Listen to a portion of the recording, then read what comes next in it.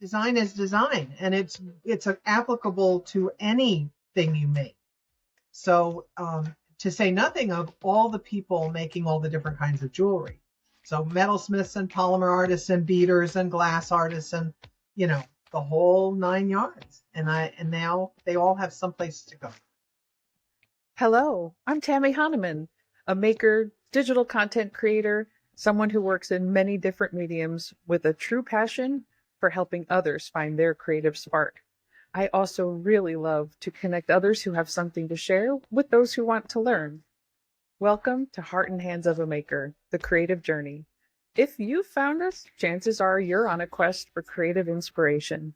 Maybe you're feeling stuck in an artistic rut, dreaming of turning your passion into a flourishing business, or maybe you're hoping to see your work in print or grow your online presence. Well, my friend, wherever you are on your creative journey, you're in the right place. Today, we're talking with Loretta Lam, author, jewelry artist, polymer expert, teacher, mentor, and coach. Loretta and I have crisscrossed over the last, over 20 years, and it will just be a pleasure to get a bit more in depth on her journey as an artist and all she's working on now. It's time to grab your favorite beverage, settle into your creative space, and meet Loretta. Loretta, welcome to the show. Hi there. How are you? Hello, hello, hello. I have so enjoyed being a fly on the wall as your career emerged, changed, and morphed, and all the different things. I love your work. I love your energy, and I'm so looking forward to this time together. Thank you so much. Oh, thank you. Thanks for having me. I'm thrilled to be here. Oh, it is truly my pleasure. Really my pleasure and my honor. I wish we were in person because I always know, because I'm a hugger. Yes. Me too. And depending on the audience, they may or may not be aware of you and all you've done. So I would love it if you don't mind just going back a little bit and giving a little background on who you are and what got us here today. So my story is that I was born to accessorize.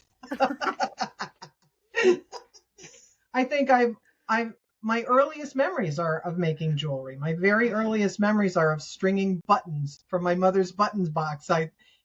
Remember when we were little and we would wear those little dresses? We had to wear dresses when we were little. Yes. And I can remember sitting on the cold kitchen floor in a little dress with the button box and making these long, obviously gorgeous necklaces. But growing up in the, a child of the 60s and 70s, I learned how to make everything. My hands are good. That's what they're for. So I know all kinds of crafting, but jewelry always pulled. So when I finally decided that I was going to not fight it and I was going to be an artist, I went to art school and put myself through because it wasn't, my parents wouldn't support the idea. But I knew it. I was like 20 or something. I knew that that's what I was. That's who I was. And if I was going to go to college, I would want to learn what I wanted to learn. So I did. And I settled in the jewelry studio. I went to SUNY New Paltz, which is still one of the top jewelry schools in the country. I mean, it has been for 50 years now. And people, everywhere you go, you run into people who either have their bachelor's or their master's from SUNY New Paltz. It's that good. So, yay. But I also had a minor in painting because color has always been my thing. So I did a lot of enameling in school and the minor in painting. When I left, I went to work like everybody else. I realized I couldn't make a living wage working on a jeweler's bench. And yeah, so I went and took more painting classes, more life drawing, and, spent a lot of years only doing fine art. And then I met polymer clay. Mm-hmm. I was at home with a baby and I was watching the TV and there was polymer clay and I was hooked. I mean, hook, line, and sinker, and started in the late 90s with the craft business. I actually started my business 3 months from the day that I got my first polymer clay. Wow. It just consumed me. It was it. Yep. And I looked around and I saw that there was a holiday show locally at the local arts center. I didn't know anything about being in business. And I called them and they said, well, our jury has closed, but do you have something you'd like to show us? So I had made these big pins, big brooches from Alice in Wonderland. Oh, And they were articulated. They had articulated hands and feet. wow. I know, they were kind of crazy. They were very amateurish, but they were cool. I'm sure everything you've ever made is cool, so I have no doubt. So I took them up there and they went, you know what? Can you leave them here for a couple of days? And they got the committee together and they voted me in. Wow. Well, a testament to your abilities and your background. I mean, your art background clearly played into that. Yep. So from there, I did everything for 25 years. I did every show from the, church and school basements to the Smithsonian craft show. So, I have a broad base of experience, traveled near and far, international, blah, blah, blah. But it wasn't all I needed to do. I started teaching polymer clay in 2002, I want to say, something like that, 2 or 3. And I loved the teaching. I loved meeting someone else on their journey where they are and helping them move forward. And who knows, I had some kind of aptitude for it. I was good at it. People liked it. So I kept teaching. You have these smallest of small businesses, craft businesses you've got to have multiple income streams. So I had the craft shows, wholesale, selling to shops, in other words, and teaching. And then I woke up one morning and I said, you know what? You know what I learned that a lot of people who just go to craft shows didn't learn? I learned design because I went to school for it, right? So I thought, I can really do this. So I started to try and get a book published. Well, it took me 8 years and 10 publishers. I know. It was a real testament of stick-to-itiveness. You did not give up. How many people would likely have given? I probably would have given up. I felt it like as a real impetus. I felt like this was something I had to do. And even got to the point of saying, maybe I should self-publish. I was going to ask, why didn't you give up and just do it yourself? Then I met my publisher and they took over. There it is in all its beauty. It is gorgeous. Isn't it a beautiful book? They did such a job. It is a beautiful book. So beautiful. So beautiful. So it took, for those of you thinking about writing a book, it took 2 years. It took a year to write the book and a year to put it together, edit it, and figure out what it was going to look like. Wow. And maybe that's not the same for everybody, but they did a beautiful job with this book. I had all this information and no idea how to put it together to make it easy to understand. Interesting. So your editor helped you take your ideas and all your thoughts and all of the information you collected and organize it. Oh, wonderful. Yeah, because there's text and there's exercises and there's little breakout blurbs about pieces and all this sort of thing. So I didn't know what that was going to look like. That's not my job. Wow. Wow. That's so cool. It's very cool, right? And when it came down to it, they gave me some suggestions, things that they didn't think were right to put in the book. And then things that I stood my ground on, they were very, like the cover, for example. Yes. And then in the end, they gave me credit for the cover. Oh, interesting. Because they wanted to put one piece on the cover. And I said, no, this book is about variety. It's about the breadth of art jewelry today. It's not a specific thing. So I want as many pieces as I can make look good on the cover. And obviously I wanted one of my pieces too. So they did that. One of your pieces would be nice. And they did. And I studied your cover because I too am we've always struggled in publishing with how to balance that so that you catch people's attention, make it clear what the actual contents are about, and do it without words because nobody likes to really read. I'm sad to say we know that is true. So I've studied your cover, and I really love, not just saying it because you're sitting here and it's your cover. I really love how it was done because it's not easy to put three main pieces in one place. Yeah. It's not. Yeah. It's really I believe not. you.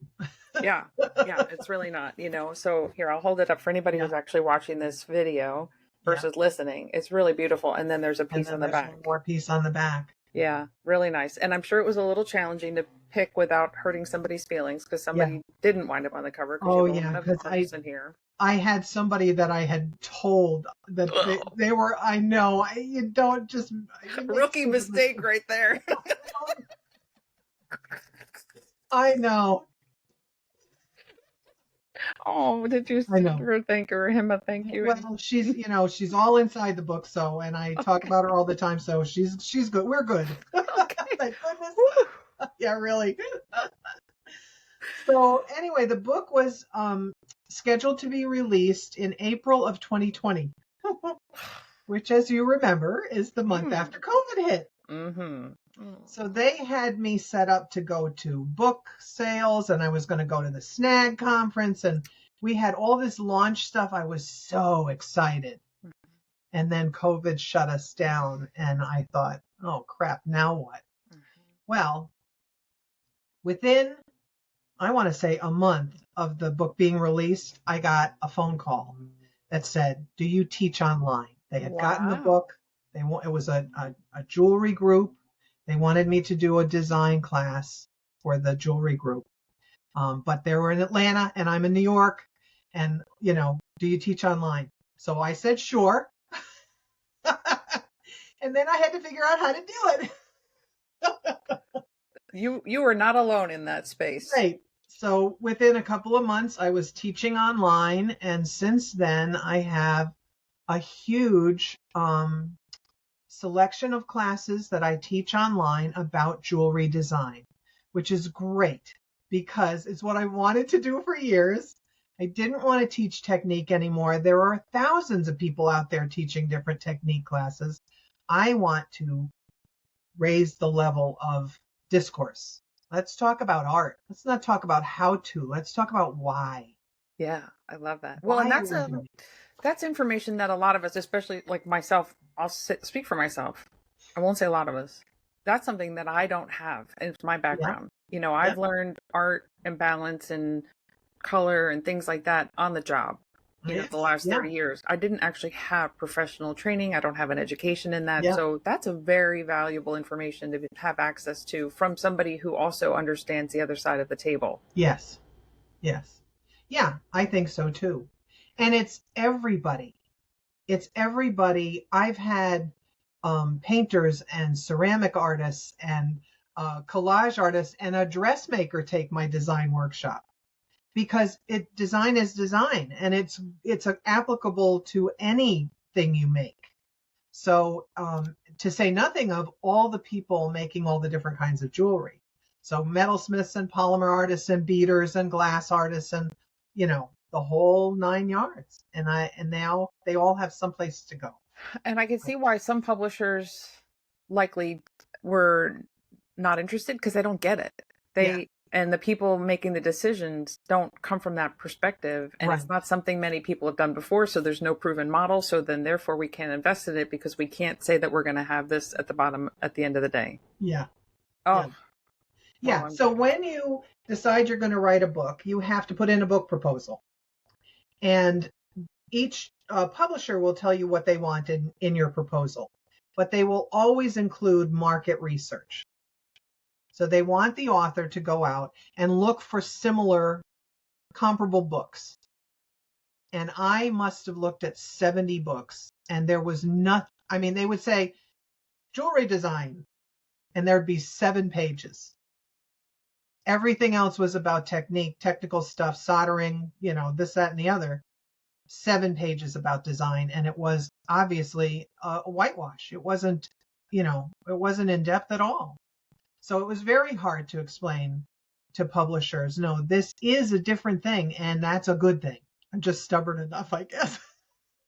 I'm glad you didn't give up. I really am glad you didn't give up. And I'm very sorry for how the pandemic changed everything for so many people, but it also opened up avenues for people. And I feel it, for me on the corporate side of life, we had a hard time justifying virtual education and online anything because we didn't have an audience that was interested. Yes. We had trained, everybody had been so familiar with in person, and now what do you do? Yeah. And people didn't know really how, like, in our demographic, Zoom was like, what do I have to do? I have to turn on my computer and go where? Yeah. Like, how does this work? And so it forced people, because the audience needed that connection. They wanted to still learn. They wanted to still be with people. Yes. So they forced themselves to figure it out. Yes. And so that transition happened much more readily than it would have. It really did. It was kind of surprising, wasn't it? It was, people jumped in. They're like, oh, their faces. Shocking. It was shocking how fast. And people changed their internet speed in their houses. Like there was such a transition that could not have happened any other way. So for all the bad, there were some positives. There's silver lining. Yeah, there is. Yep. And I'm so glad that the organizations were able to still facilitate having you having you be a guest. Yes, I did a lot of that. I've done a handful of these podcasts. I did some. People contacted me from all over the place and said, a lovely group in Madison, Wisconsin, who were using the book as a 6-month, journey, and they were going chapter by chapter, this little silversmithing group, and they've had me now twice come and talk to them virtually. So, fabulous. And then when I started teaching through my own, efforts, I've had students from all over the U.S., Canada, Mexico, and Europe. Anybody who can fit into my time zone. Because you're not staying up late and you're not getting up too early. People do complain at me from Australia regularly. When are you going to do Australia? I can't. You're halfway around the world. Maybe that one you need to do in person, and they need to cover your airfare. That would be amazing. Okay, anybody in Australia who wants Loretta, make it happen. I can get there. I know how to fly. I'll be your Sherpa. There you go.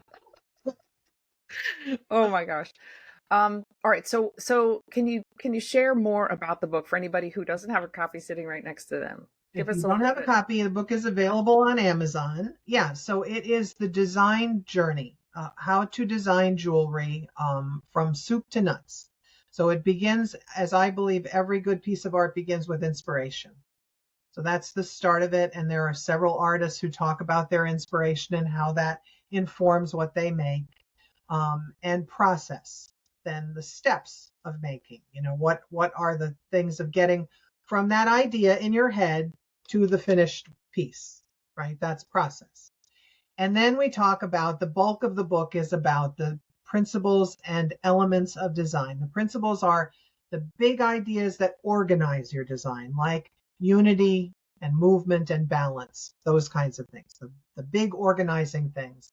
And then the elements are more the tools, the nuts and bolts, the wood and glass and brick and stone that you use to make a house, what the things are made out of. So line, shape, form, color, pattern, texture, like that.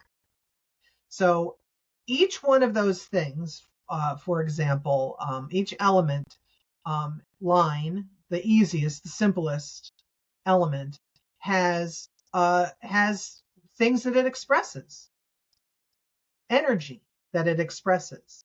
A vertical line is more potent than a horizontal line, for example, right? A wavy line has a certain kind of energy, and a zigzag line has a different kind of energy. So it's picking and choosing from all of the things that the elements express, so that you put all the things in the soup that you need to have it taste right. Right? I love the analogy. It's awesome. I always say you don't put as much salt in the chicken soup as you put chicken. Everything needs to be in a sort of a hierarchy of design, right? Some things have to be more important. There has to be a star of the show. There have to be supporting characters, and like that. So the book teaches you all of that through text, through example, by looking at the most gorgeous artwork from 100 artists from around the world. There are artists there from all over the world who said yes to this idea, even though the publishers had a hard time. The artists were like, I'm in. Definitely. And then we finish it up with the last bits. How do you put it together? How do you put all these ideas together? And then a little bit about critique and finding your voice. Those are the most important parts. But you have to have the know-how before you can get there, right? And so I do separate units on critiquing and finding your voice because they are so important. Once you've been through my series of classes about design and you've learned how to use all of this information, you still need to know how to put it all together your way. And that's the most fun. So yeah, that comes at the end or as a separate thing, and it's really fun. I'm curious because part of doing something your way also requires confidence. Yes. Yep. So is that something and you feel? Self-knowledge. Yeah. And self-knowledge. It is really, one of my former students just wrote a beautiful thing on my social media. And she said it was kind of like, it was a psychological bunch of classes because I really had to learn more about myself in order to understand what I wanted to say. Mm-hmm. And that's true. That's true. Otherwise, you're just making pretty things, which Right. is fine. Mm-hmm. You know, I mean, that's absolutely, there's a place for everybody in the craft world, right? Mm-hmm. So if you want to make, just make pretty things and not worry about having something to say or a point of view, yeah, go for it. But then my teaching isn't for you. Right. But if you want to really be an artist and really elevate your game and make something that's personal and authentic to Mm-hmm. you, then you need to do a little bit. I call it personal archaeology. That's a great phrase because that's exactly in my mind as you're saying it. That's exactly how it feels. It's like you've got to get into the heart of it. You've got to get really deep. You kind of do. Yeah, I'm scared of that. Well, I set up a group that is all about helping each other grow. And everybody's in, whether you've been in the business for 30 years or for 30 days, everybody is struggling with so many of the same things that having a virtual group of friends going through this process with you, so supportive, so wonderful. I'm telling you, I love it. You love it, and you're the facilitator at this point. I just love it. I love seeing the struggle. I love seeing the light bulb go off. Mm-hmm. I love when we get to the end of it. Takes 6 months. My class takes 6 months. It's 1 weekend a month for 6 months. At the end of the 6 months, you finally make a big project with everything you've learned.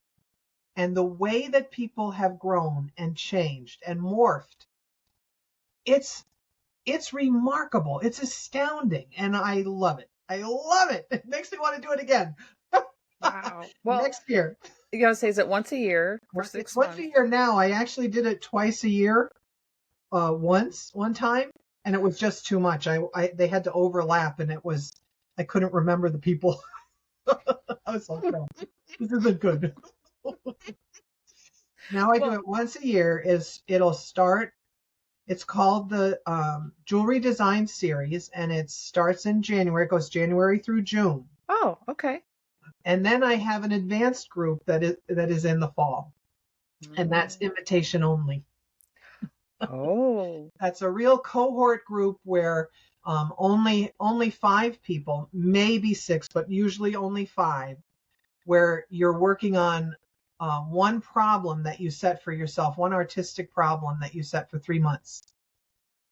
And we meet twice a month. So that's really exciting. That group is really A lot of great stuff happens there.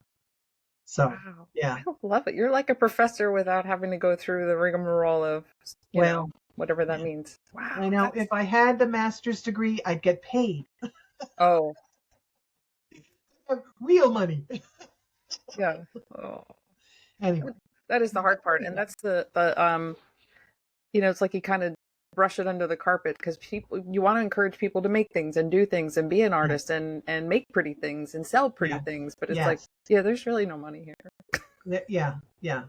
Maybe there is for some, but yeah, nobody in the arts makes real money unless you're like a painter who gets hot and you're Keith Haring or somebody like that, but nobody else makes any money. I always say Cliff Lee, who is a very famous American potter whose work is in every major museum in the world, still does craft shows, and he's in his 80s. Wow. Because he has to make money. That's not right. Yeah. That's not right. Wow. So, wow. But no. Well, and I will always say, like, I'm not saving the world, but I actually do help people. So there are things, absolutely. that Absolutely. Not a noble profession, but it's a profession that I think is still such a value to our world and our communities and our people. Yes. Yes. Taking somebody who is so motivated to make stuff, first of all, in the 21st century, in America, from scratch with their hands. I mean, you don't have to say any more, right? When everybody's working on a keyboard with ones and zeros, the idea that people want to go out and actually make something from nothing, from the idea in their head with their hands, that's enough for me right there. But those people who then find out, oh, this is the choice I want to make rather than this one. And this is how I want people to see the work. And this, and oh, I got close. I got close this time. It really looks like I want it to look. And it gives you the feeling that I want you to feel. That's precious. That's really something to be able to do that, give that to somebody. So yeah, I do love it. I feel very fortunate I always tell them at the end that I'm grateful that they let me be on their journey, because that's what I feel like it's like. It's not my journey, it's their journey. I do know. I say the same thing to people because I feel like, my appreciation to you for joining me on my journey, because I'm here trying to serve our community from a different angle and help elevate what you're doing to help support other people and to help support the people to know you and to get a little bit more insight and, the bridge. So you're just a much bigger bridge than I am, because what you're doing is really so amazing. Like I said, for 25 years, I've been in a craft business. And it really was, for most of it, of course, there's all that time you spend getting better at what you do. It's critical. You have to do all that sweat equity. You have to put in the hours, the butt in the chair, the 10,000 hours, all of that, right?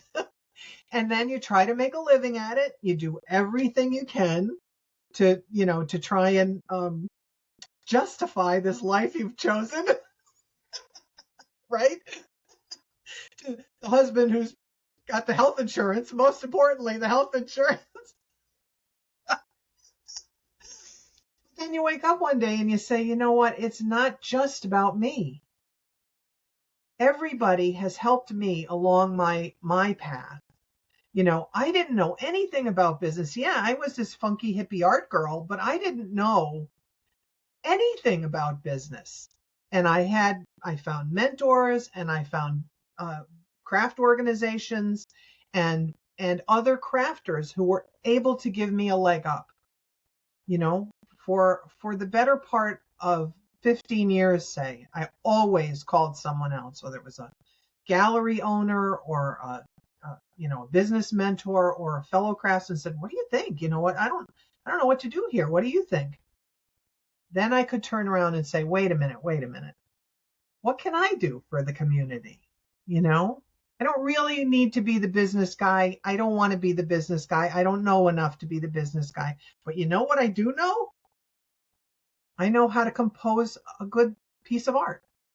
So let me teach that. Let me write a book. Let me teach it. Let me, you know, that sort of thing. So yeah, it definitely took a turn, and I'm happier with it. I'm happier with my making now Oh, interesting. because I'm making more for my own expression rather than I got to make 50 earrings to get to the show next week and that sort of thing. That kind of hustle and bustle of um of working as a craft artist, which is really time consuming, and you just never know. You just never know if you're making the right decisions. Now I can make work for collectors, for particular shows, calls to entry, and for myself, because this is what I want to express. And so I'm happier. I'm happier with that. I like that better. Well, and so this is a part of where I'm at in my life when I'm talking with people who I know have had a similar time frame in which they've been creating. And you could tell me you don't want to answer this question, but do you feel you could have landed where you are without going through all of that? Oh, I think that about the whole day of life. Okay. Because some people are like, oh, you know what? And if I'd only know then, I wouldn't even bother. It's like, but I feel like we had to go through so much of these pieces to be able to now do what we're doing. Yeah, no. And everybody's journey's different. So I'm not saying everybody needs to do the grind of the craft shows and the 50 pair of earrings to try to hopefully make your booth fee. Yes. But it takes time to get to where you are. You can't just, okay. Yeah, right? You weren't born there. And I think about the kids I went to school with who were like wunderkinds, the kids who were really talented at 20. And I'm like, did they burn out? I really want to know these people today. I'm like, are they still that? Because I feel like my creativity has rolled through my life. I feel like all the challenges that life throws at you, all the really bad times and all the really wonderful times that you go through in life, it's part of the fabric of what you want to create. So you become more fully yourself as you reach middle age, etc. And so you have this greater authenticity to express as an artist. That's what I think. Okay, good. Well, and so for anybody who's listening, you likely have experience that you can now translate into being an artist. Absolutely. To benefit from, starting. Yeah. Because like I think about, like, I know I'm personally not ready for your workshop. Yeah. And I just hope that by the time I am, you're still offering it, because it's like a dream. It's like a dream. It's something I want to do. I just know I'm not in the right place at this moment. Most people I have run across have had this experience in their developmental years as a little child, where somebody important, a parent, a sibling, a best friend, a teacher, told them that they couldn't create. That's me. There you go. That's not how you draw a tree. That's not the color of that dog. That's not, who do you think you are? Somebody told them that. And in those, early days, that's really critical. It's horrible what happens to children. They should be given all the colors of the rainbow and told to just go crazy, because creativity is huge in childhood if it's allowed to grow and flourish. So a lot of what I run across is middle-aged people who now say, I can't do that. I can't draw all the time. I can't draw. I have no color. I'm afraid of color. I hear that all the time. Don't be scared. We can do this. Well, and I think we've also had this fear. And I address it to myself all the time, like, oh my gosh, I didn't die. Look at that, I did it. Yeah. I have to push myself off that cliff all the time because I've grown up with this. I'm a rule follower. I'm staying the boundaries. I'm not an artist, so I have no business trying to make things. And I've built a career on teaching people the foundational skills. I've had positions where I've been allowed to, teach the basics, and I can teach the basics in my sleep. And it's like, I need personally, I need more, but I probably don't deserve more because I'm not really talented. Of course you deserve more. Right. Everybody deserves it. Like, It's how we're taught. It's how we're trained. It's what Yeah. we've heard, or it's how we've heard it. Maybe it isn't exactly the words that were said, but it's how we heard it. It's our value to ourselves. Yeah. And so I imagine you're also combating that I see that a lot, and I feel for that. It is not me, because as I said, my parents said no, and I said, sorry, this is what I'm going to do. So but you have to remember, I remember asking for, do you remember it was called John Nagy Learn to Paint? It was like a little paint set, little paint, how to paint set that came when I was a kid. And I remember asking for it for Christmas for like 3 years before I got it. And then I sat down with these little tubs of acrylic paint, and I sat at my desk, which faced a window, and I painted the tree outside that window for several years. And I was 10 when I started. Wow. So, it was not something I could deny. It was, if somebody told me that doesn't look like a tree, I'd say, well, so what? Who knows? I didn't have that kind of chutzpah in a lot of my life, but I had it when it came to creating. So I feel for people who have been denying this. I meet people who have literally been denying this their whole lives. Mm-hmm. And now they're finally ready at middle age to say, maybe I could try it. Mm-hmm. So I'm there to be your cheerleader and lift you up and tell you, of course you can do this. I really believe that. Not everybody is a genius. Not everybody can be Picasso. But everybody can make good art. I really believe everybody can make good art. It's a skill like anything else. Right. And you can train and practice and practice and practice. Yes. And you can work. So if it's not something that comes naturally, or it's buried really deeply, yes, you can find it, and you can just apply yourself and learn the boundaries, learn the foundational pieces that are important to then creating something beautiful. Yes. Yes. I mean, I am uncoordinated. I'm one of these. Don't throw a ball at me. And at 60, I went to a gym for the first time in my life and got a trainer and learned how to exercise and lift weights. I mean, you can do it, she used to say, and I believed her. If you work hard at something, if you learn the situation and you try and you're not afraid of failure or success, both people are, you can do it. Yeah.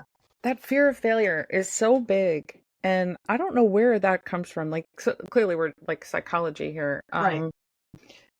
Because I have it. And some of it is like, I don't want to get in trouble. I don't want to do the wrong thing. I don't want to upset somebody. I don't want to disappoint somebody. And it's like, oh my gosh.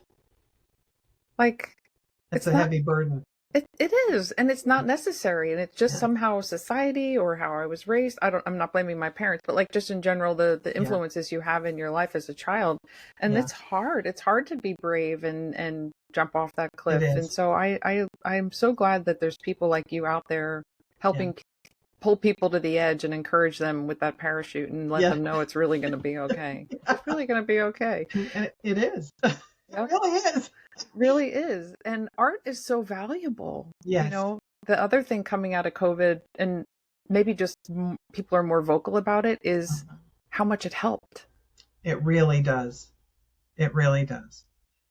If you can make something with your hands, first of all, the process of making things, what happens psychologically when you create something from nothing is it's a situation called flow. It's a psychological situation where your physical being, what you're doing, is merged with your intellectual thought process and your emotional or psychological parts. So everything comes together at once. That's when you lose that sense of time. You forget you have to go to the bathroom, or you forget to eat, or you don't hear the phone ring. That's what that is. And it's absolute magic. It's magic. It produces lets go of endorphins. It produces new synapses in your brain. It's good for you in 1,000 ways. It's as good for you as a 5-mile run. That's wonderful. And again, I'll go back to some of the positives of COVID. I really feel people started working with their hands. They started picking up supplies that they've had on hand because no stores were open. Yeah. I might as well do something. I'm sitting here. I'll play games with my family. I will make things because I have nothing else to do. Yeah. I've watched all the Netflix shows already. Like, what else is there? Nothing new is out started knitting again, and they had, whatever the craft was that you last did 20 years ago that you still had all those supplies of, you picked up and you started doing it. Yes. Yeah. Yes. Yeah. And I'm thankful for that. I'm thankful for the fact that people took the time to acknowledge it also, because you could have just said like, I'm just staying busy. But people are like, oh my gosh, it helps so much. Yes. Yeah. And so it's a true acknowledgement of the benefit of making something, even if it isn't pretty. Yes.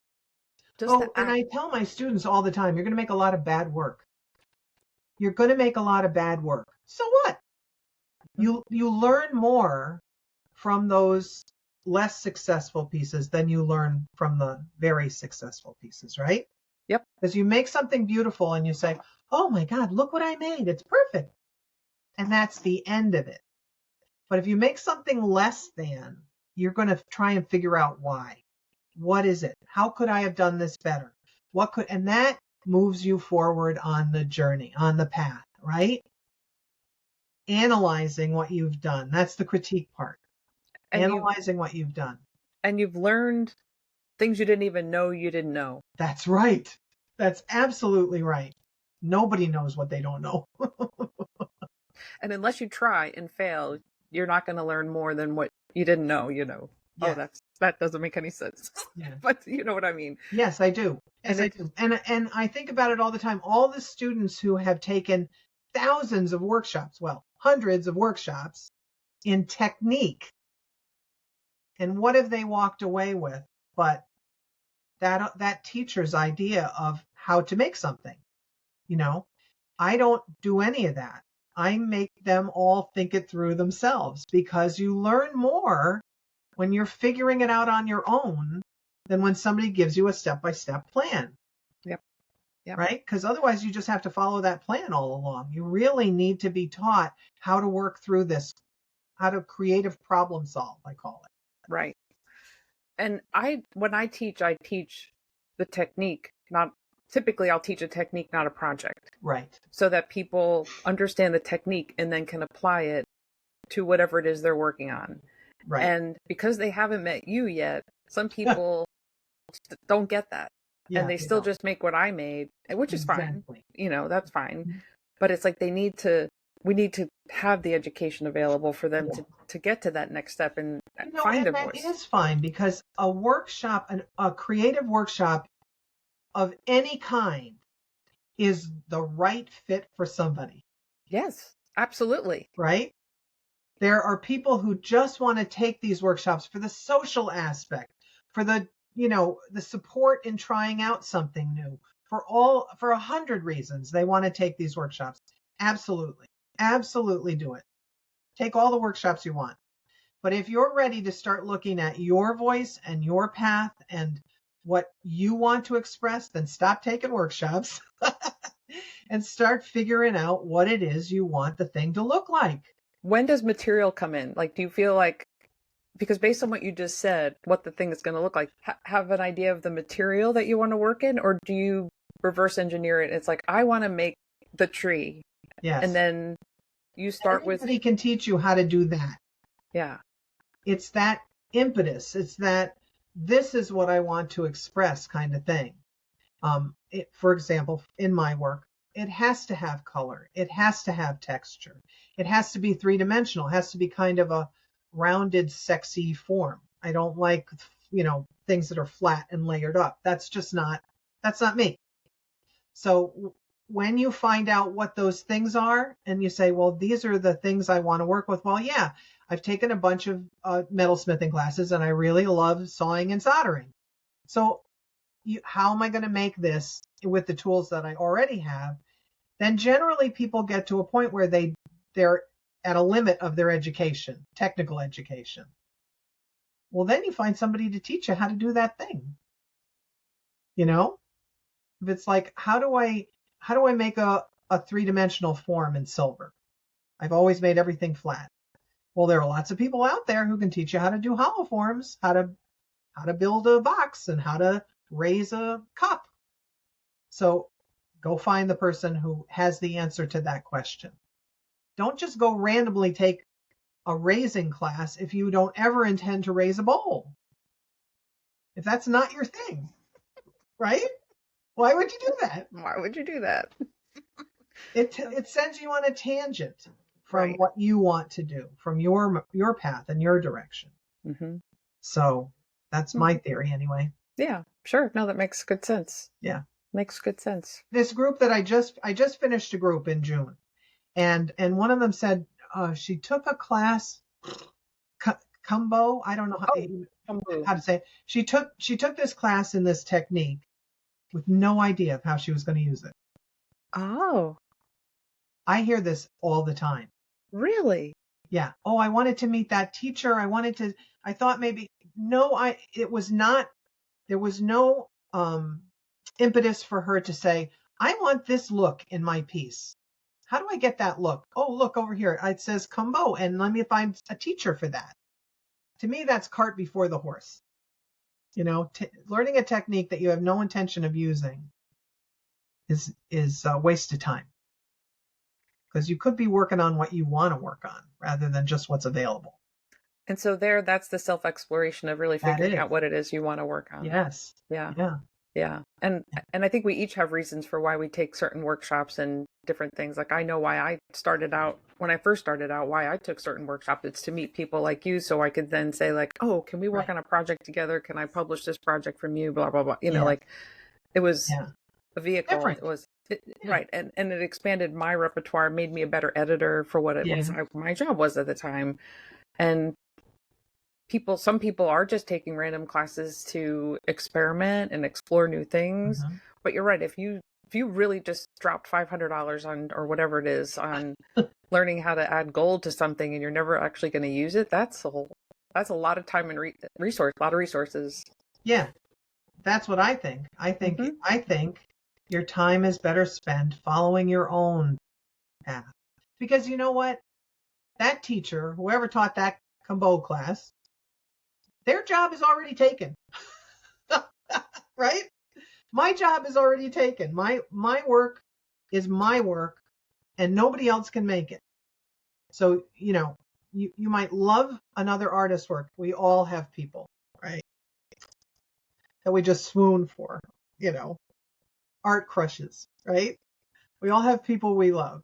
Absolutely. But we're not going to make their work. We got to make our own work. Even if you steal a little idea here and there, or looking at art always inspires you to think, oh man, I love the way they did that. I wonder how I could incorporate that little gizmo into my pieces. You know, that's different. But to go out there and just be a workshop junkie, just keep taking workshops without any purpose in mind, life is too short. Yeah, at some point we need to channel those resources into something a little more productive and purposeful. Life is too short. Yep. Yeah. It's a different kind of education that I'm giving people, and it does draw a different kind of student. It draws seekers. Mm-hmm. You know, people who are just like, well, I've set all the cabs that I want to set. Mm-hmm. I've made all the rings. I've made all the earrings. Now I want to make something that has meaning or value to me. Those are the people who find themselves contacting me and saying, you know, this is what I do. Do you think they always say, do you think your class is right for me? I said, if you got here, you're in the right place. If you found your way here, you're in the right place. Yeah. Yeah. Well, I'm certainly going to find my way to you. Not today. Not this week. Not this week. I don't know about this January either, because I'm still figuring out who I am, but I know that that's next for me because of where I'm at in my path. And I'm sure, you know, people who are listening are probably like, oh yeah, like that's the piece that's missing. Yeah. That's Yeah, the next step. I really think it is for a lot of people. Yeah. I tell students, I say it in my book, people know how to do so much. Their hands are so smart, Hmm. but it's like they go to the studio and they with no purpose. Yeah. They go to the studio and say, "Oh, I've got those blue stones. I just got to use them." Or I need to make 50 pair of earrings, and I might as well Right, just make 50 pair of earrings. right. And Mhm. it's not what art making is about. Art making is about questions, Right. solving problems. And I know there's some people who are on the circuit doing shows and still selling their work in volume. You know, they have a line that is standard. So they're Uh-huh. making the 50 pair of earrings, the 5 Uh-huh. necklaces, the whatever that is, because that's what people come to them for. But their passion is really making the newer pieces, the standout pieces, Sure. the pieces that actually fill their heart. Yeah. And I love meeting people who are at that place in their career, Yeah. because that's it's fun. Like you said, it's fun to just see that side of them really come through Yeah. and Yeah. and really have some insight into who they are. Yes. Yeah. That's cool. Developing your look and your line and your aesthetic is a very important part of it all, right? Yep. And it does take time, especially if it's a business if you're not doing this as a hobby, but you're doing it as a business, because you do have to, you've got all those deadlines to face and all the show stuff and all the advertising and all the customers to follow through. I mean, it's a huge, huge job Yep. to have a craft business. So you don't spend as much time being creative. I remember my mentor saying, like, take Wednesday afternoon and call that your art time. And I'm like, I don't have a Wednesday afternoon. What are you talking about?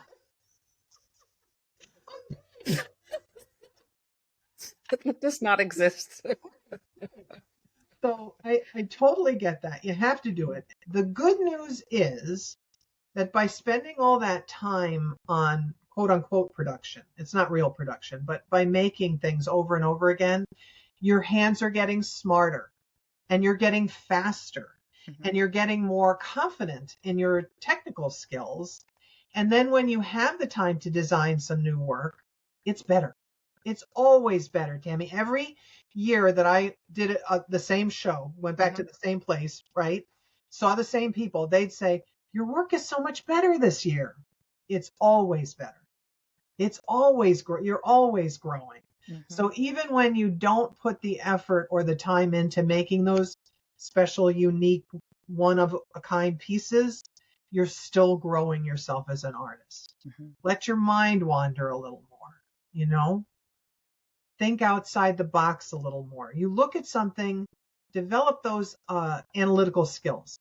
Look at art you love. Look at your own art if you can stand it. Some people can't be that critical of their own work, right? Look at somebody else's work and saying, I love this, but what would happen if? What would happen if is the seminal question for making art. That is the question that all artists ask themselves. What would happen if I went this direction or chose that thing or made it this size? What would happen if you're doing that, you're on your way. And anybody can do that. Anybody can do that. Right? Anybody cannot settle. Look at the thing before it's done and say, well, what would happen if I made this a little bit different? Or I chose that because it's unexpected. Or I added this. Add something, take it away. Add something, take it away. Keep your brain working at it. This is not a hands-only job. Right. Right? Right. So keep your brain working. And I think the additional skills, that's what you do, is you help the brain and the heart and make the connection. Yep. Brilliant. Yep. Brilliant. It's harder for some people. It can be very challenging for some people. Maybe you need a therapist as somebody, maybe your partner next iteration needs to be a therapist. So some students could go on that journey that day. Well, that's where I started when I was a teenager. That's what I was going to go to school for, was psychology, because it's so damn interesting. We're all so interesting. Yeah. Right? Well, and every one of us is different because every one of us has experienced things in our That's own right. way That's right. and seen it in our own way. Yeah. That's what I tell Mm-mm-mm. people. Yep. Even if you're an identical twin, you have experienced things differently. You've had different reactions to things. Mhm. You've saved them in memory differently. So be you. I think that's my bottom line. I was gonna say, I think that's a great place to close this out. Yeah. Be Be you. you. That's your path. That's your journey, is to be most authentically you. There we And go. it's okay to fail. There is no failure. There is no failure. It's a learning experience. If it didn't quite work out, well, as long as you're still breathing. Right. I mean, if you haven't driven off a cliff, we're still in business. We're still good. Yeah. Back to the table. Sit Yeah. down. Yeah. Yeah. Love it. Love it. All right. Well, so people can find you online. We will put all of that in the show notes. We'll have it in our social media area for them to find you. What else? What else do we want to make sure we say before we close out? I don't know. This is really fun. This is a blast. I hope it's hugely successful for you in the future. Thank I you. hope it's like a snowball going down the hill. Thank you. Just Thank you. gets bigger and better all the time. And I can say I knew you when. Well, I feel like that for me. Like I knew you when, and look at all that you're doing and still doing in this beautiful, beautiful book. I mean, it's like, I know her. I know her. She doesn't know me, but I know her. Oh, well, I wish you all the best. I know everybody will be so fortunate to spend time with you in whatever way they possibly can have access to you, and they will learn from you and grow. I know Francesca mentioned you and spoke so highly of all that She is just the best. Oh my gosh. Treasure. There's Yeah. treasures everywhere. Everywhere we look, there are treasures, but I she's know. definitely one of them. And somebody I never would have met without COVID. Oh, see? I never would have met her. Mm. We were traveling on parallel paths. There was no crisscrossing of lines until she found my book. And then she was in my class. Wow. So Francesca, who is a master silversmith, Francesca Watson, who's a master silversmith, took this class and found it extremely valuable. So pivotal for her. Yeah. Yep. So whether you're just starting out or you've been around for dog's ears and you want to grow yourself as an artist, send me an email. Let's start there, right? We'll talk. Love it. I love it. Oh, well, thank you so much for joining us, Loretta. Thank you for your time. Thank you for your energy, your wisdom. Thank you. Thank you. Thank you. Thank you for having me. I'm thrilled. Oh, my goodness. Oh, well, my pleasure and our pleasure. So for all of you listening, please be sure to follow Loretta on social and keep an eye on everything that she'll be hosting. The workshop information will be available to you soon. Maybe get on your wait list. For me, that is a wrap for us on Heart and Hands of a Maker. It's been so wonderful sharing this time with you. Thank you for tuning in. And if you want more, be sure to head over to tamarahahnemann.com/podcast for today's show notes and links to make it easy for you to find Loretta. And be sure to never miss an episode by following Heart and Hands of a Maker on your favorite podcast platform.